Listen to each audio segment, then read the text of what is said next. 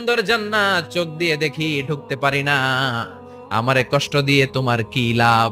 ও আল্লাহ, আমারে তুমি মাফ করে দাও, জান্নাতের চিপার মধ্যে এক কর্নারে তুমি একটু আমারে জায়গা করে দাও।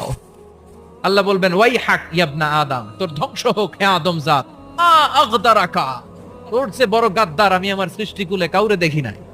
কারণ তুই আমার সাথে চুক্তি করিস আর চুক্তি ভঙ্গ করিস। আল্লাহর রহমতের দরিয়ায় তখন জোশ খেলে যাবে। ওর আকুতি মিনতি চাহনি আল্লাহর রহমতের দরিয়ার মধ্যে জোশ লাগিয়ে দিবে। আল্লাহর দয়া হয়ে যাবে, মায়া হয়ে যাবে। আল্লাহ বলবেন, ঠিক আছে জান্নাতে যা। লোকটা এবার এক দৌড়ে জান্নাতের ভিতরে ঢুকে যাবে। লোকটার দৌড় দেখে আবার লোকটারে আল্লাহ ডেকে বলবে, একটু দাঁড়া, একটু দাঁড়া, জান্নাত তো দিছি, তো দৌড় দিলি কেন? সুবহানাল্লাহ কইবেন না? লোকটি বলবে, আল্লাহ